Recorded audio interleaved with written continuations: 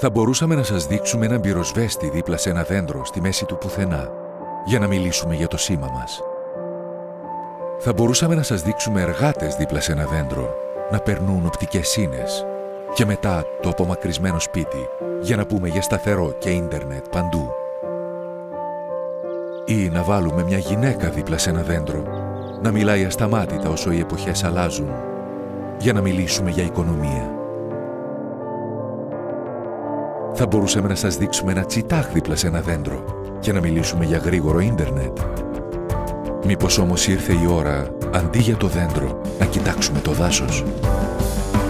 Η Wind, επενδύοντας στο δίκτυο σταθερής της Stellas και στις υποδομές της κινητής, δημιουργεί το πρώτο ενιαίο δίκτυο κινητής, σταθερής και ίντερνετ και ένα νέο τρόπο να δεις την επικοινωνία. Σαν σύνολο, σαν ένα.